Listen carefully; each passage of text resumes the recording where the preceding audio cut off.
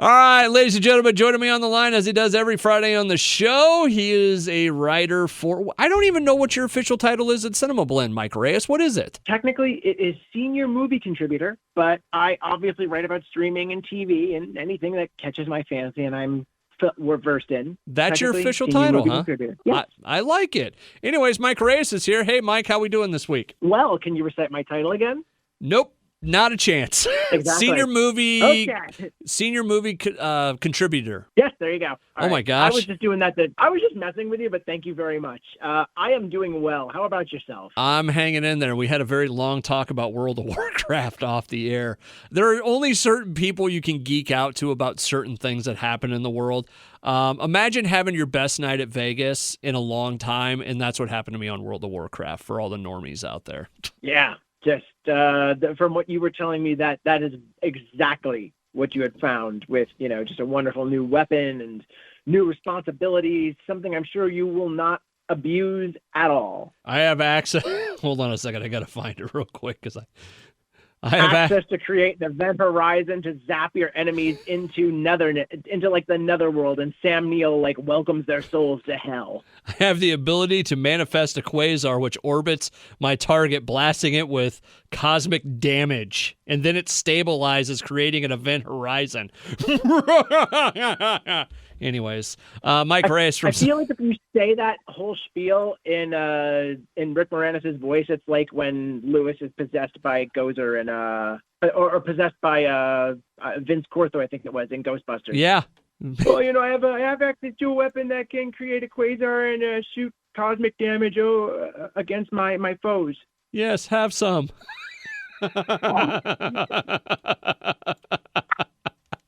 Oh, that's one of the best speeches ever given. And you know what? I was telling you about the weekly dose of pure nostalgia. I'm going to have to use that at some point, that speech. Yes, we are in the ghostly. We are entering the ghostly season quite rapidly and verily. Which that actually is a great segue into our first movie this week. It's the big one of the week. Damn right it is. And one that it's been talked about for a very, very, very long time. And then within the last year is when everything kind of kicked up, and it's like, oh my God, this is actually happening. Disney Plus putting out Hocus Pocus 2. Yes, and as you had mentioned, this is something that there's been interviews, and the film premiered this week. It made this big premiere in New York this week, but as far back as 2014, according to Wikipedia, you could trace the history to trying to bring Hocus Pocus back. The short version, originally they wanted to remake it, but then it eventually became a sequel. And it is not to be confused with the book Hocus Pocus, the all-new sequel, which actually does focus on basically that's a direct sequel to the original movie where Danny, Allison, Max, you learn, well, Danny and Allison, you learn what happened to them. Spoilers, they stayed in love and had a kid. But this is different from that. Is the kid a part of the movie? No, Okay. This has nothing. There are references to the original Hocus Pocus, but none of the original kids came back for the sequel. Who was Allison? That was Vanessa Shaw, I think was her name. Vanessa Shaw, yeah.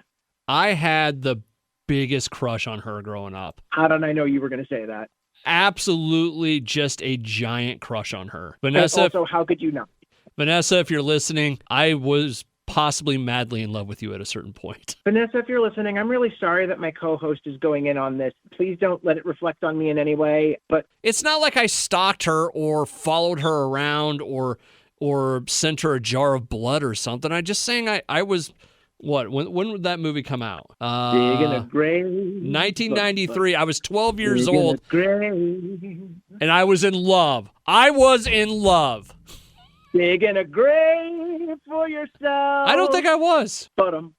Like now, okay, I will admit to this. If I did an interview with her and the first thing I came out with was, I had a huge crush on you when I was a kid, that's creepy, but I'm sorry. I really had a thing for her. So yeah. I can't believe you strung me out to dry like that. You know what the other movie I loved her in was? And you're going to laugh? What? Ladybugs. That is a name I have not heard in a long time. Do you remember Rodney Dangerfield? Yeah, of course I remember Rodney Dangerfield.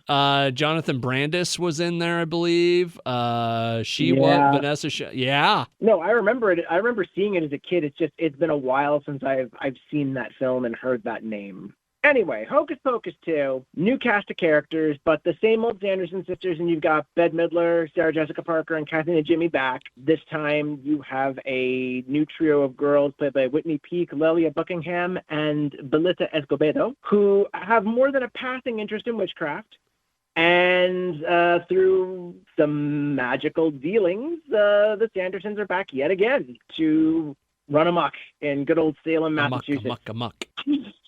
And I am delighted to say that it's just good to see that trio of actors back. Again, this is something that they love these roles. Yeah. That, especially because Bette Midler's been one of the people that's been very vocal about wanting to bring this franchise back. And you could very easily turn this into something where it's all member berries, it's all nostalgia. But besides the references to the original and where it needs to be tied into the story, it's not just repeating the same old thing again. Oh, in that's fact, good to hear. I would say that this is less creepy than Hocus Pocus 1 was. Hocus Pocus had this great balance of like creepy and comedy. This is a little more playing towards the comedy, and then there's a little bit more like emotional weight in some places, and I respect that. I'm not saying it's a bad thing. I'm just saying it's like definitely like less on the horror, more on the camp factor and some touching moments. Did they try and make the Sanderson sisters like good guys? Without spoiling the movie, they do give them a little more background, but they don't totally turn them into like we're still dealing with women that want to eat the souls of these children in Salem. Well, that's one way to say it. That's exactly what they're trying to do. But at the same time, there is a little bit of added depth that's like, oh, so that's what started all of this. Okay. It's not really a backstory to make you feel better. It's just basically explains how they became literally explains how they became magical and introduces us to a new character in the process that could play more of a role if they decide to do another one. Do you think they will do another one? Do they set it up like that? There's room. There is definitely room. There's definitely room. That's all I'll say. Okay. I will say this from the trailers and stuff. There was a chance that, listen, that was made in 90, what did we say, 93? This is 93. 22, so it's, about 30 years later. Yep, next year will be the 30th. Like, there was a chance that the makeup and the look of the Sanderson sisters could really go off kilter, right? Yeah, I mean, again, if you do, this is one of those things where if you do it the wrong way, it's going to look horrible. It's going to look like you're just grabbing for nostalgia, especially because they made this a Disney Plus original, which I really would have liked to have seen this go to theaters. There is, the moment the Sanderson sisters come back, that just, you could sense how the crowd would go wild watching that on a big screen. And if anything, that's kind of what sums up what this film does differently than Hocus Pocus. Like, it leans a little more into the legacy and the camp and a little less into the darker stuff. Okay. But it doesn't sacrifice the movie to do that. It's still a lot of fun. This is going to be something very easy to just. I actually did a double feature of this with my wife because one of the movies that we always have on during Halloween is Hocus Pocus. Yeah. So after seeing Hocus Pocus 2 on its own, like that same night, my wife came home and like I just wanted to make her night. It's like, by the way, I have Hocus Pocus 2. We can do a double feature. She's like, yes, we did it. We watched the double feature together, and it really does hold up next to the original. Okay. And you can see how it was created with such love and continuity that, this is easily going to be something you pair with the original. And I'm just saying, next year's the 30th for Hocus Pocus. If Disney wanted to throw the two of them together in theaters, especially if it was like one night only or a week, like that would be fantastic. All right, we'll have to check out Hocus Pocus 2 this week, and my wife is actually really excited to see it, so we might even try and watch it tonight. Mike Reyes from Cinemablend.com joins me every Friday on the show to talk about movies. Next up is One that I think is going to be a fairly interesting conversation. Rob Zombie's The Munsters is out on Netflix this weekend. You've seen it. I've seen parts of it. Let us discuss, Mike Reyes. Yes, let us, because I remember, if I remember correctly, it was a bit of a slog for you to kind of get through what you did. Ugh. How did you like it? Let's start So there. I want you to go first. You want me to go first? I think it's I want awful. You to go first. I think it's awful. It could be one of the worst movies I've ever tried to watch. See, I didn't hate it. Really? I thought it was. I actually thought it was okay. I'm kind of shocked by that. Here. Let me explain why, so you just don't think, oh, dip from Iowa who doesn't know much about movies. The parts I tried I was here at work the other day and I was doing some stuff and I'm like, oh, I can put a movie on in the background and get through some of this. And I start watching this thing and I'm looking over, I'm like, oh God. So I kind of started scanning through it to see, okay, is it kind of the same thing the whole time? But I don't know if Rob Zombie made a bad movie or if he was making fun of it, but it seemed like a parody to me. It seemed like it was cheap. It looks shitty. And the example I'll use to kind of put my mindset in, when they took, and we've had sort of this conversation before, when they moved the Addams Family to a movie. Listen, I hadn't seen a lot of the Addams Family, but when I watched the Addams Family movie, I felt like I was watching an Addams Family movie. I don't know. I did not get that feeling at all with the Munsters. Like, Interesting. Honestly, you know what it kind of felt like? It kind of felt like Saturday Night, something I'd see on Saturday Night Live, like a parody of the Munsters. Well, I think what the largest hindrance is the fact that Rob Zombie was probably not given a lot of money. This was done through Universal's direct-to-video branch. Like, if it was the 1990s, I could imagine that this movie was being made to set up like a USA show, that they were going to do like a new series on USA or one of the Universal networks. All that said, he is definitely not making fun of it, because Rob Zombie is like a mega fan when it comes to the Munsters. Like, he's done I think there's a Shout Factory release of Munster Go Home where he does a commentary track, and if I'm not mistaken, it's him with Butch Patrick, the original Eddie. Okay. And he is definitely someone who knows his Munsters, who is a fan of it.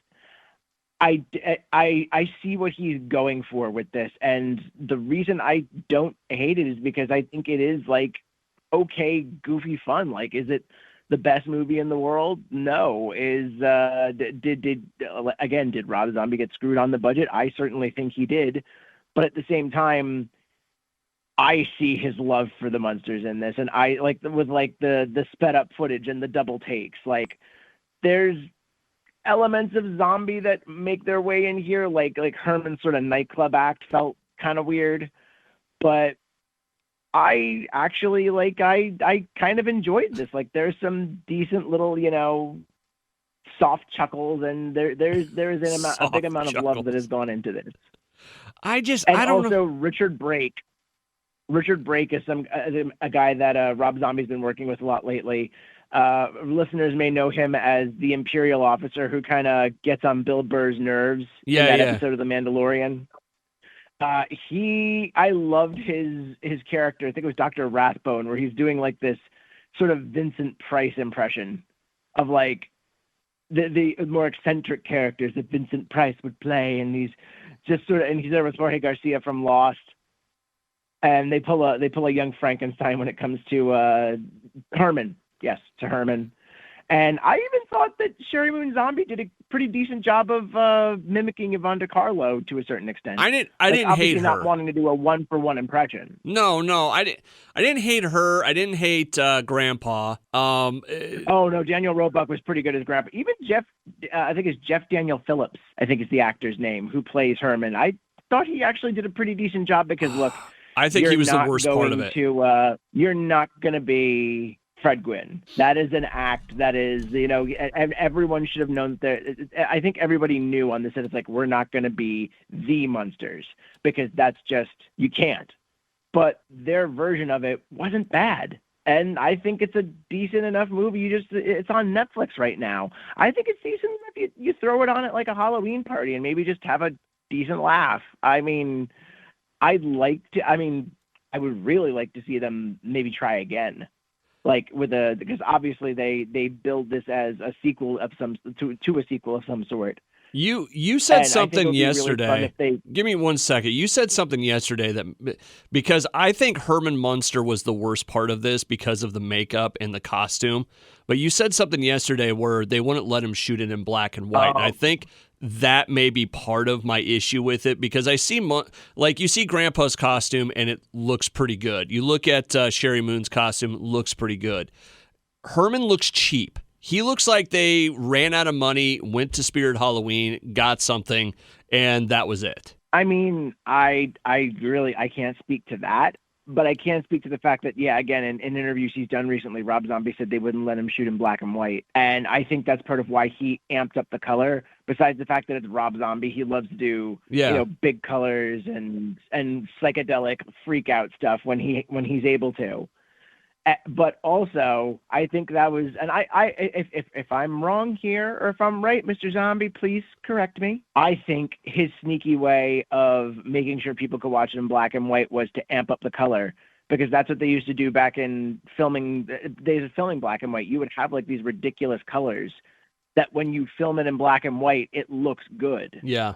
So I'm thinking if people turn their TVs to like turn down the color and turn it into a black and white movie themselves, or if someone on the internet goes and like converts the movie to do that, it'll look fantastic. See, I want to try even the it. short black and white sequences they have in the film are fantastic. I want to try it at some point because I did when we were talking yesterday about it.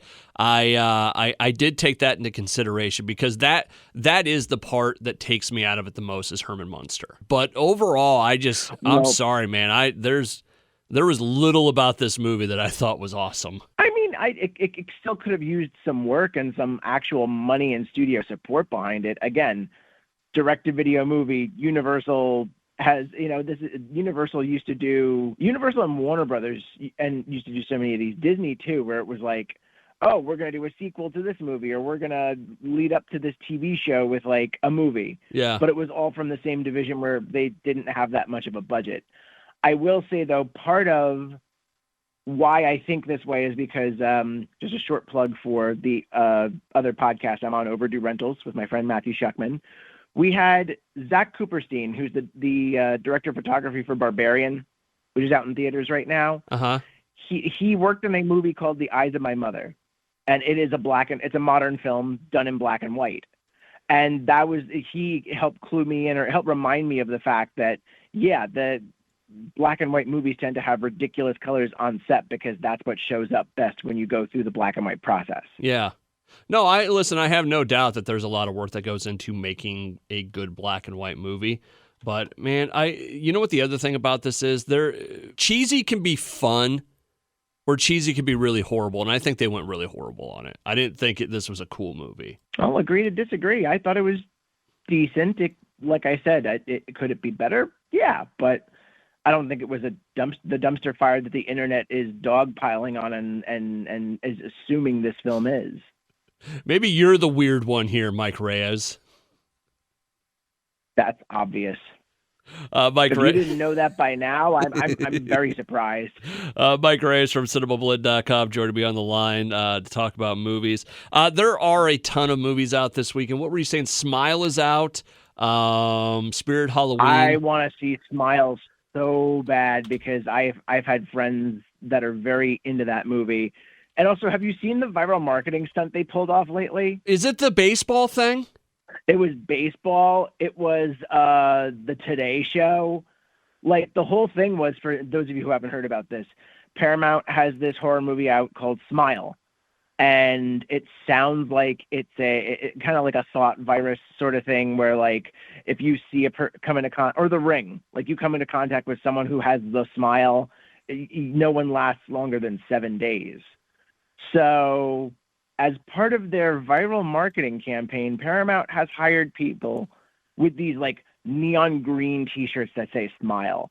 And these are also people that have some of the like sometimes most unnerving, sometimes most hysterical smiles. Yeah.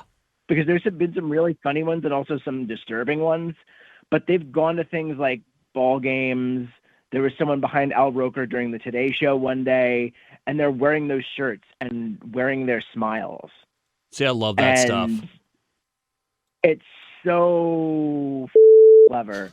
Like, a lot of people have been giving the movie credit for that on the internet, and that's part of, on top of the buzz that it's been building as genuinely being a good movie. I'm kind of sad I'm missing out on it for the moment because new house packing, and I have to, bide my time. I have to choose what I watch carefully. Yeah. But I really want to go see this one. No, I love when movies do these viral marketing things. When they're well done, like some of the viral marketing can really collapse in on itself, but this type of stuff is really, really cool. So you're hearing good things about it? Yeah.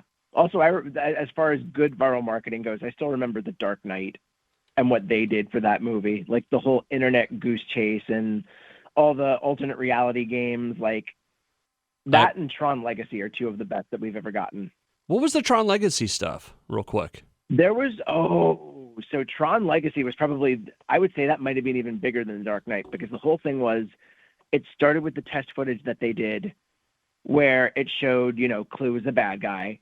And then there were all these different websites, like Flynn's Arcade was one of them. And there was like all these different sites you would have to go to, play games, find clues, and you got everything from like, I got a couple pins and like an NCOM lanyard. Oh, cool. To, I wish I had gotten to do this when it happened, but at Comic-Con that year, there was a pop-up Flynn's Arcade. Oh, cool. And you had to go through the streets of San Francisco to find the clues with like black lights and such, and go get to the reward was being at Flynn's Arcade. Nice. That's very cool. I remember the Dark Knight stuff, the I Believe in Harvey Dent 2, the ha ha ha. Yeah, and then people running around New York to get the new trailer. Yep. So, what was the other? Spirit Halloween is out this weekend too, right? Yes. I haven't heard as much, but I know a couple friends of mine have seen it, and I've heard it's actually kind of a decent family Halloween movie. Okay, so it's not like of course, what was the one with the animatronics that looks like a family movie, but it's really a horrible murder movie? Are you talking about Willy's Wonderland? No, it was maybe, I don't know, but this is more for the family. The Five Nights at Freddy's adjacent movie with Nick Cage. That's Willy's Wonderland, and that was a lot of fun. Okay. Was that for the family, though? I don't think it was, right? No. Yeah, that's why. Yeah. That's what I was saying. But this Spirit Halloween like is... Five Nights at Freddy's is still... I hear it is, yes. Okay. I hear it's very much like the 80s sort of horror movies for, like, kids and adults, like a Monster Squad or a Goonies. Oh, that's funny. That's really... You know what? Actually, I'll tell you off the air. I don't want to tell you here. Okay. You don't want the people to know your trash opinion. No. It's what, the joke where anything closes and they immediately do a meme of the Spirit Halloween sign on it. Yes. I saw one the other day, and it made me laugh. It's horrible, but it makes me laugh. So. No, I know exactly the one you're talking about. Everybody knows exactly the one you're talking about.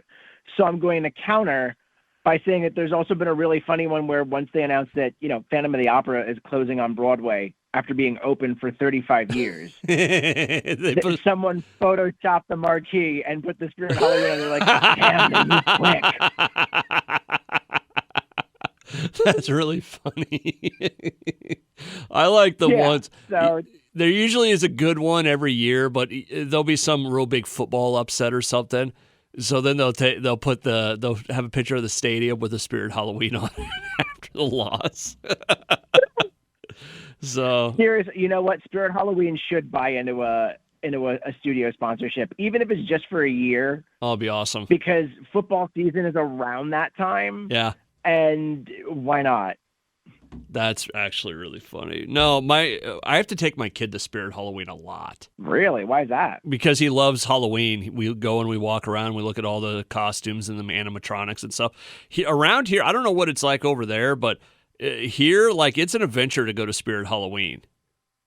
Like, I know a couple Why is different that? people that, like, the kids are being restless or whatever. You guys want to go to Spirit Halloween? Yeah! So you go walk around Spirit Halloween for an hour. I mean, I think that's just life in the suburbs, no matter what. I mean, I remember, going to Barnes and Noble a lot or Borders Yeah. as a young man who had like nothing to do, and No, Jersey suburbia. exactly. All right. Well, cool. Well, you're hearing good things about that. You're hearing good things about Smile. Once we see him, we'll report back. How about that? That sounds good. Mike Reyes from Cinemablend.com joins me every Friday on the show to talk about movies. Moving over to the world of movie news, I would say probably the biggest story from this week came early in the week.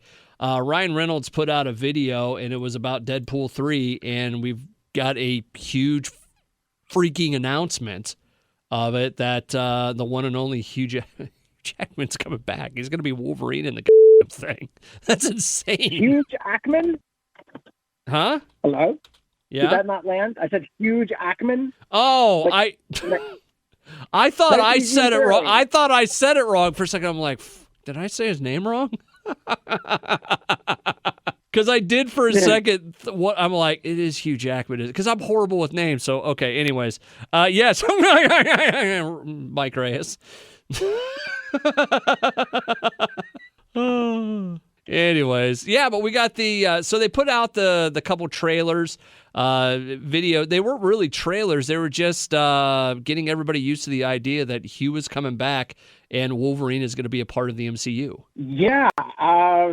Speculation is no longer required on that end. We have now gotten our big announcement outside of D23, but just before New York Comic Con as well. Okay, as somebody that's in the industry, was there any like inkling that this announcement may be coming? Was there anything that was like, okay, this may be happening? No, because let's put it this way. You know Rob Liefeld, right?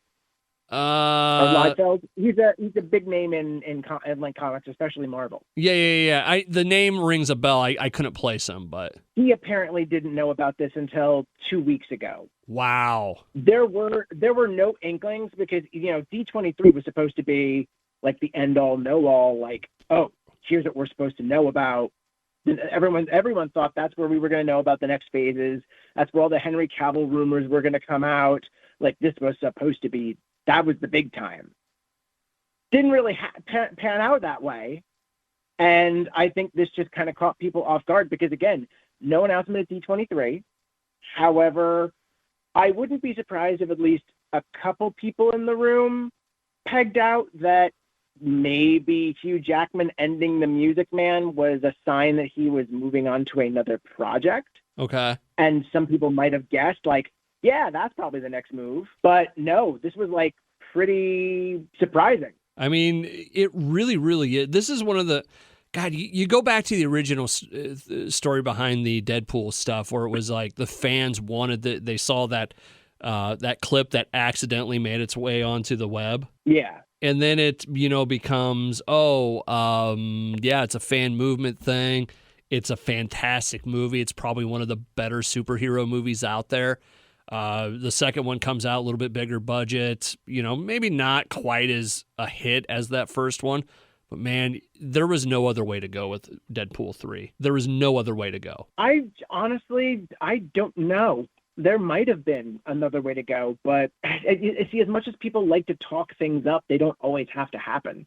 Yeah. Like, especially with the way that everything was settled with Hugh Jackman and with Logan. But I guess if anybody was going to point to a moment that sort of opened the floor for negotiation, it may have been when Sean Levy, the director of Real Steel and Free Guy, came on board for Deadpool 3. And, he's kept in contact with both of his former leading men and continued to do films with them. And, Jackman and Reynolds have always sort of been attached at the hip. They do cameos in each other's things. I guess that could have just been, that was sort of maybe that was what really started the ticking clock and set into motion what you're saying, where it's like, yeah, it had to happen. For all we know, there is a draft of Deadpool 3 out there that has nothing to do with that. And that's another interesting thing. Apparently, John Krasinski, retweeted and was like, wait, is this our movie? And I know they were supposed to be writing something together. Yeah. So I'm wondering if this is something that they wrote together. God, I don't know. At this point, it could be. Mike Reyes from Cinemablend.com joins me every Friday on the show to talk about movies.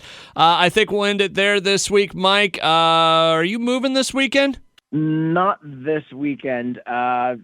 Should be next weekend. Okay. Because, yeah, our closing date, yeah. Yeah, a I lot heard of stuff happened.